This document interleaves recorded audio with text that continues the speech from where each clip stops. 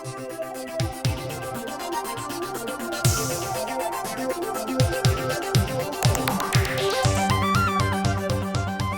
today I'm going to be making this steampunk themed Christmas card, and it's really quite simple to make and doesn't really take that long for such an effective card for somebody who's into the steampunk or cyberpunk.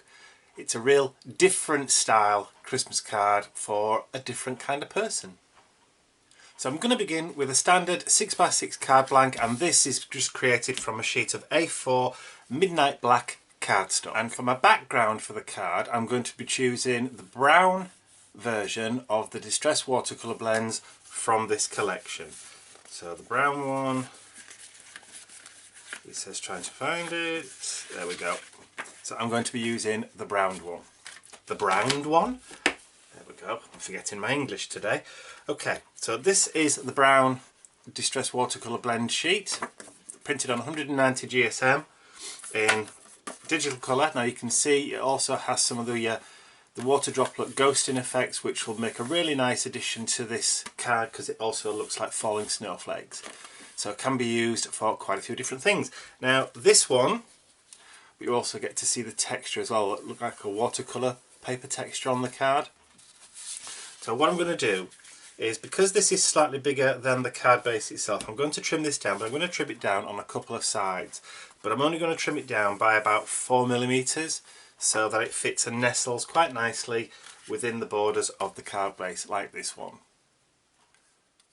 So just sort of got a couple of millimetres all the way around. And all I'm going to do is just take off by eye a couple of millimetres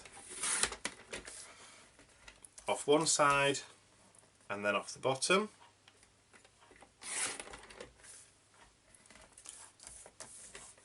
And then turn it round and do the same thing again, and then on the final side. Now the reason I do all four sides and not just take it off two is because we have a gradient pattern coming into the paper. I want it to be even all the way around.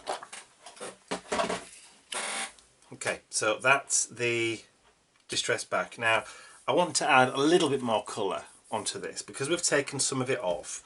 I feel that it's lost a little bit. So what I'm going to do is I'm just going to take one of the mini ink blending tools and with one of the mini ink blending foams, and I'm going to be using Distress ink Vintage Photo, and I'm just going to take a little bit of that ink and I'm just going to bring that in just to replace some of that brown that has been lost. Now as you can see, it does match because when these were originally designed I used Vintage Photo, so that when you use real Vintage Photo on it, the colours match perfectly. Because these watercolour blends are based on real scans of real watercolour blends that I sat and did one Sunday afternoon.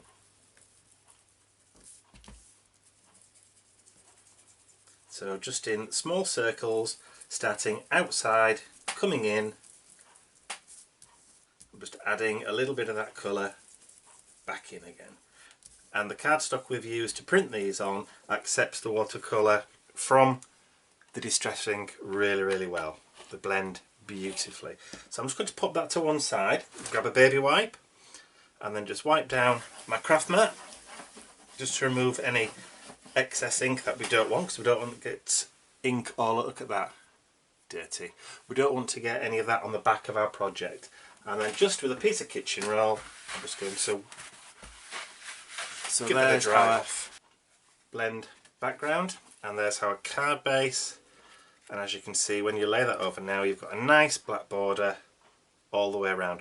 But we're not going to stick that down straight away because we need to wrap our string from the hanging cog baubles behind that before we stick it down. So the next step we're going to do is we're going to cut out our baubles from another piece of the midnight black cardstock. So I'm going to grab my Big Shot and my cog die and I'll be right back. Okay, so this is a piece of the midnight black cardstock that I've cut to size so it fits nicely just over the die, and I'm just using the cutting plates. You don't need any other plates. I'm just going to run that through the Big Shot,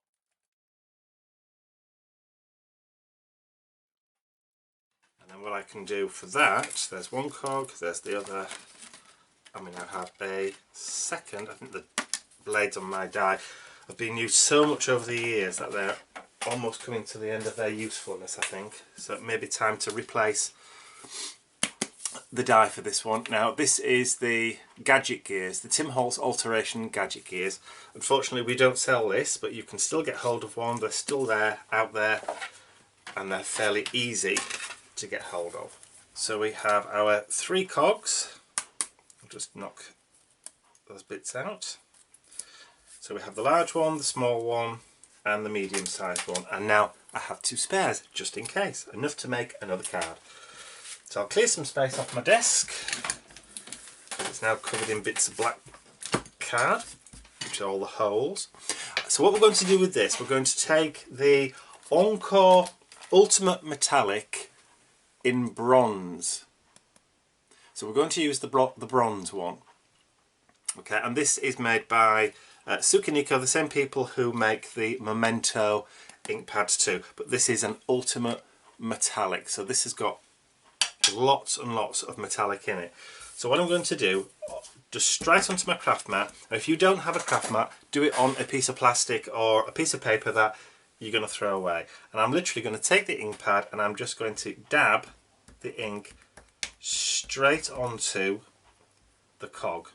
Now because this is a metallic pigment ink, it does take a while to dry, and if you really wanted to, while it's still wet, you could also throw on a coat of clear embossing powder if you really wanted to, and that would seal it. So that's, you see how I've left some of the grey showing or some of the black showing through. Now I've done that deliberately, and I'm not bothered that you can see the black through it, because it adds to the kind of distressed look and distressed feel of a steampunk card. And we're just going to dab that all over.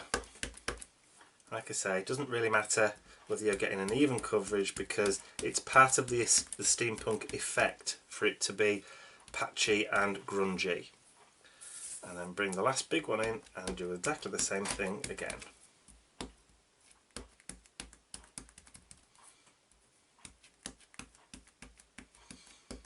And just tap it all over.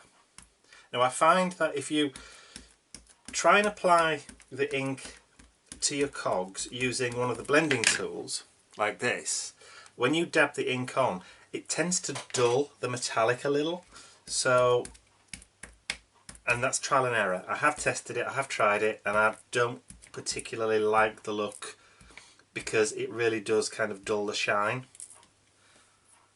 Okay, well, we're almost done with that now, so I'll put that to one side. And I'm just going to move those cogs over. Do you hear my stomach? It must be lunchtime. And I'm going to just grab another baby wipe, actually it's the same one, and just clear up that excess ink off my craft mat so that it doesn't contaminate anything else. And then just give that a wipe over again. Okay, so as I said, you've got 2 options now. You can either use a heat tool and try and dry and help the ink to dry before you carry on, or you can utilise the wetness of the pigment ink and dry and sprinkle over some clear embossing powder. Now I'm going to have a look to see if I've got any clear embossing powder. I don't know whether I have. If I have got some, we'll do it. If I haven't, I'll just come back and we'll just heat it in the normal way. So I'll be right back when I've had a root through my embossing powder box. We're in luck. I have a pot of Wow Clear Gloss Superfine Embossing Powder. So I'm just going to open that up, just move those to one side, grab a piece of scrap paper. This is one of my little plays on my jelly plate. And I'm going to just drop those on like so, and I'm just going to sprinkle, but I'm not bothered whether I get an even coating. I'm just going to tip it all over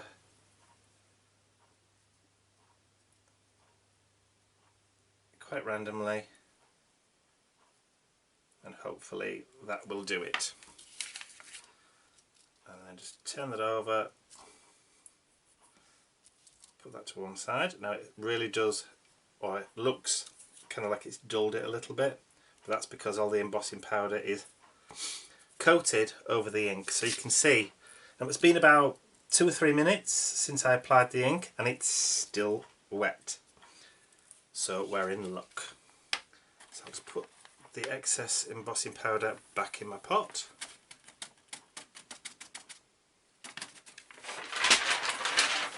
And then I can pop that away. Okay, now I know as soon as I put my heat tool on, these are going to blow everywhere. So I'm just going to grab my pokey tool,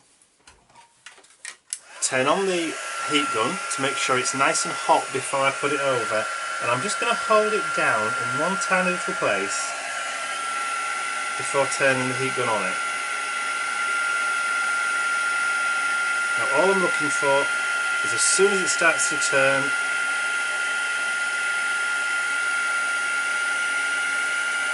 we're done. Move that one to one side, bring the little one back in, and because I'm using just a tiny little point on my piercing tool, on my pokey tool, the heat is actually going all the way around it. So that's done, move that to one side. It's like magic. I love watching embossing powder turn.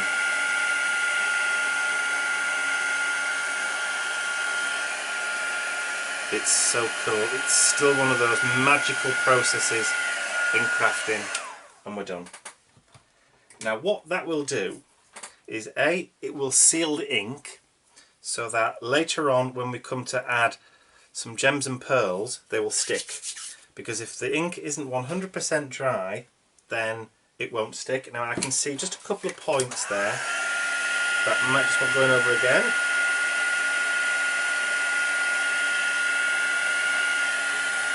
And just on that one, because it's not completely uniformly shiny all the way, but that's fine. And there's one more point on there. Just move that over to one side. That's it, done. Because that's the beauty about embossing powder. You can reheat it and it will, look at the shine on that now, and it will remelt. And you could add, if you want to, 2 or 3 coats of this, but you don't have to. This is just one other option. You see, I haven't put the embossing powder on this one, and you've still got that nice bit of shine and shimmer, but look how it brings it to life. That's so cool. Okay, so the next step then is to get ready to punch our holes in, so I'll be right back when I've got my little hand punch. Okay, so this is a 1/8 circle punch, and so's this. Now this is 2 different brands, but it does exactly the same job. This is a Fiskars one, and this is one from Stampin' Up. So you can get hold of them quite easy. And what I'm going to do is I'm just going to pop a little hole straight into, and I'm trying to get it as even in the middle as I can, right there. And then again, this is one of the reasons why having some spares is a good idea, because if you get it slightly off, you've always got one to fall back on. And the third one, there. So we now have our little holes, you can see, and that's where we're going to thread our string through. So the next thing is we need to cut 3 strips of string, and he's looking for his string. It's always the same when you're doing a card. You put something down and it's right there in front of you and you can't see it. There you go. You get all your resources ready, and then you tend to look straight over them. So I'm just going to cut 3 pieces of string, equal sort of length, just like that. Just like that. Okay. And then I'm going to thread the the string through, but before I do that, like doing a sewing needle, we're going to put a knot in one end of the string first, like so, and then I'm going to wet this end and then poke that through the hole and then thread it, and then the knot will hold on. And then if you want to, you can take your scissors and you can just trim a little bit off that string just to tidy it up. So we've done one, and I'm going to do the same for the other two. So there's our 3 hanging bauble steampunk cogs. Okay, so I'm going to flip those over so we can see the backs. And then on this, I'm going to start adding some foam pads to give it a little bit of dimension. So I have some tiny little 3mm foam pads. Now, on this one, I'm just going to add 3, because we don't need that many, it's only a small cog.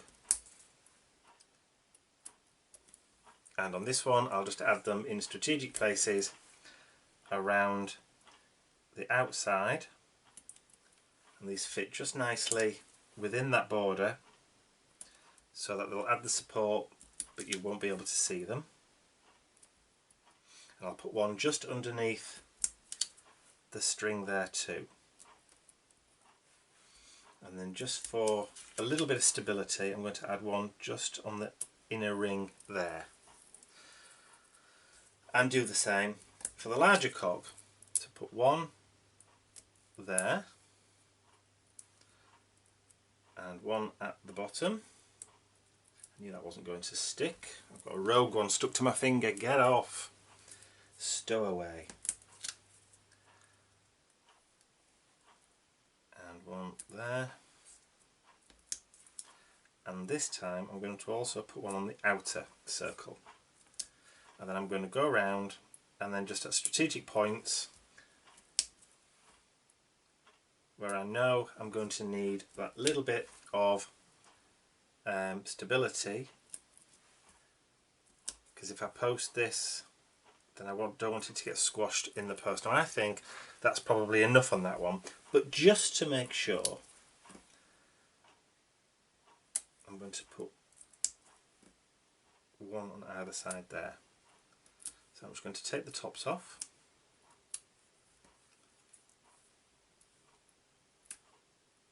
These little tops from your foam pads get everywhere.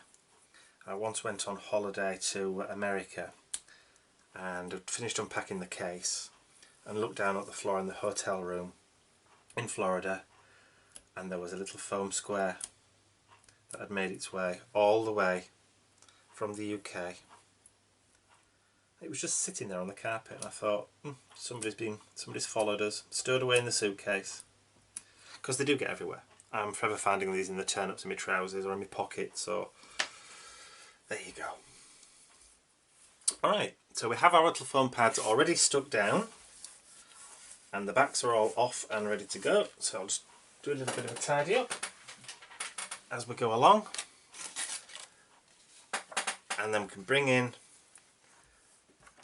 our base. Now you can decide where you want the white ghosted effects to be. Now I'm going to leave those at the top because this is where most of the cogs are going to go, so you'll still be able to see those white ghost effects. So I'm going to take the largest and I'm going to hold that down by one point and then hold the string at the top and then just drop it down onto the card. And then do the same with the medium one. A little bit higher, just try and get the cogs so that they kind of integrate a little bit. Line that up so that it's going to be straight with the top, and then just push it down. And then the smallest one, do the same thing again. Adjust your position while you're happy. And I'm going to just lay it down because I'm not putting too much pressure on so it won't stick down. I think that is just about right. Then I can put the pressure down. and then I can trim those so there's just a little bit of excess, so I can tuck that behind the card. Now I've got some masking tape here. You can use just normal sticky tape or double-sided tape if you want to. I just think it's easier to rip, so I'm going to flip that over, take the faced one, make sure it's lined up straight, and hold that down,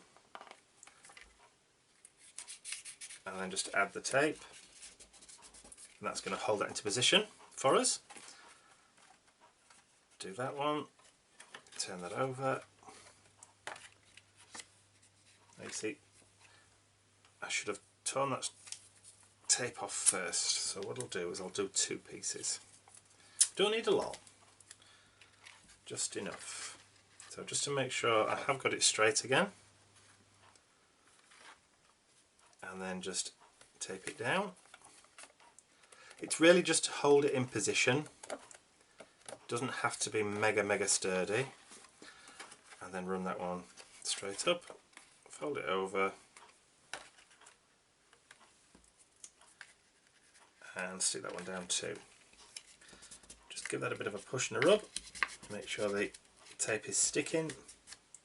There we go. So there we have our strings. So the next thing we need to do is just to add some foam pads on the back. And all I'm going to do for this is I'm going to put one in each of the 4 corners so that they're held up, and then I'm going to add a couple just in the middle, and then one either side. Now that's going to give us all the lift we need and the stability if we end up sending this through the post. But if you're not sending it through the post and you don't want that dimension, then you can just use double-sided sticky tape and just stick it down flat. Choice is yours. It's your card. Nobody's going to know anything different. Okay, so we'll bring our card blank back in. So we have side fold, or we have top fold. I think I'm going to do this one as a top fold. So position that so we've got a nice even border all the way around. Drop it down, give it a push, and we're nearly done. This hasn't taken long at all, has it? So all we need to do now is to add our sentiment and add our sticky pearls. So I have a set of the coffee mix pearls. Now all I'm going to do is I'm going to use the bronze effect ones, which are here, which goes nicely with the ink, and I'm just going to lift that off with my pokey tool and just apply on there. And you can add as many of these on as you want to, or as little on as you want to. Now the reason I'm adding these on the outside and not towards the middle is because this is where I'm going to put my sentiment in a minute. Which doesn't like me to pre-plan things. And because you've added, or I've added, the clear embossing powder, your gems will stick. If you haven't, you will have to stick your gems and pearls on with glossy accents or with a little bit of wet glue until that pigment is 100% dry. So it's always an idea to do that first. And on this one we'll add 4 in.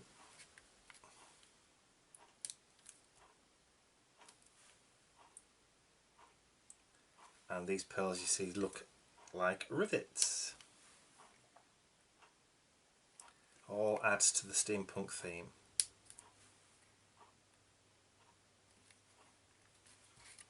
Yeah. Cool. We like that. That looks awesome so far. And then we're just now on to our final stage. Now all I need is a little bit of scrap white card. We don't need a huge piece, so I've just torn a corner off. Now I have a Merry Christmas sentiment. It's only a small one, and this is from one of our Team Santa rubber stamps, which you can also find on the website. And it's just a very, very small Merry Christmas. And it's written in a sort of deco-y kind of style. So kind of deco, kind of industrial style, which is why I've gone for this one. And all I'm going to do is just ink that up in the bronze and just lightly stamp and then knock it off. There we go. So we've got a nice Merry Christmas written in the bronze. And then using a 1 1/4 inch circle punch, he says try not to take it out of frame. I've got a couple of circle punches here. I'm just going to punch that out of the white, and then using a piece of the scrap black, the next size up as our mat, so it all coordinates. That's it, I'm done with those punches now. And I'm just going to add a little bit of that bronze colour, or a little bit of the distress ink, just around the outside of that circle, just to tie the theme in.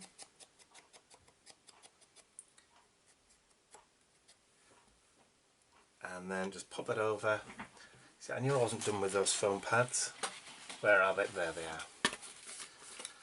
And I'm just going to add 1 foam pad to the centre of the black. And then I'm going to stick the sentiment over on there. Again, making sure that we get them nicely lined up. And that gives us a nice bit of dimension on our Merry Christmas sentiment. And then all I'm going to do there is I'm just going to add some tape runner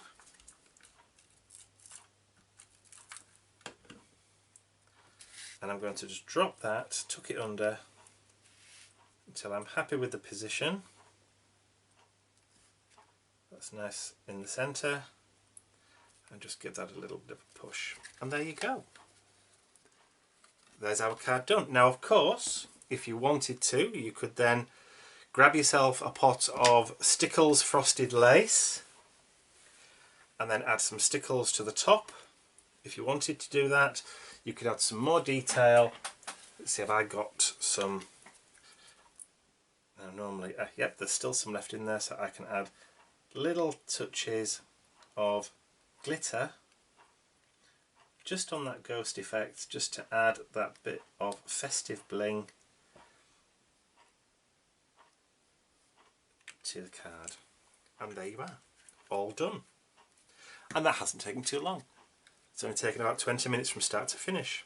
And what an effective Christmas card for somebody who's into the steampunk, who's into the cyberpunk. It's quite masculine, but you could send this to a man or a woman.